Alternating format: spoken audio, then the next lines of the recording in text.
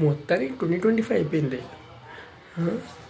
2025 fever మొదలైపోయింది. Holidays అని చెప్పేసి కొంతమంది, తర్వాత కొంతమంది వెకేషన్స్ అని చెప్పి కొంతమంది, తర్వాత ఫ్యామిలీ టైం అని కొంతమంది, అందరూ వెళ్ళిపోయారు. ఓకే, బట్ ఈ టైం మనం యూస్ చేసుకోవచ్చు. ఎలా యూస్ చేసుకోవచ్చు అనేది మనం తెలుసుకోవాలి. ఎందుకంటే మన ఫ్యామిలీతో పాటు కానీ, మన హెల్త్ని కానీ, మన పర్సనల్ టైంని కానీ మనం ఆర్గనైజ్ చేసుకోవాలి. ఒకేసారి అన్నీ చేసుకున్నాం, కానీ ఒకదాని తర్వాత ఒకటి చేసుకోవచ్చు. అది తెలుసుకోవాలి మనం.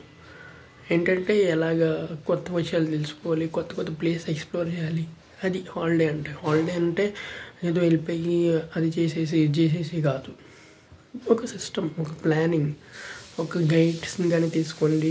మీరు తెలుసుకోండి, ప్లేసెస్ ఎక్స్ప్లోర్ చేయడం నేర్చుకోండి. లేదు, కొత్త కొత్త మీ హాబీస్ డెవలప్ చేసుకోండి. రైటింగ్ డెవలప్ చేసుకోండి, స్పీకింగ్ డెవలప్ చేసుకోండి, కుకింగ్ డెవలప్ చేసుకోండి. ఏమైనా చేయండి, ఆనందంగా ఉండండి. అల్టిమేట్గా అంతే. 10 రోజులు అన్నీ మర్చిపోయినాయి, టెన్షన్స్, వరీస్ అన్నీ. అది అప్పుడు ఆనందంగా న్యూ ఇయర్కి వెల్కమ్ చెప్పినట్టు ఉంటుంది.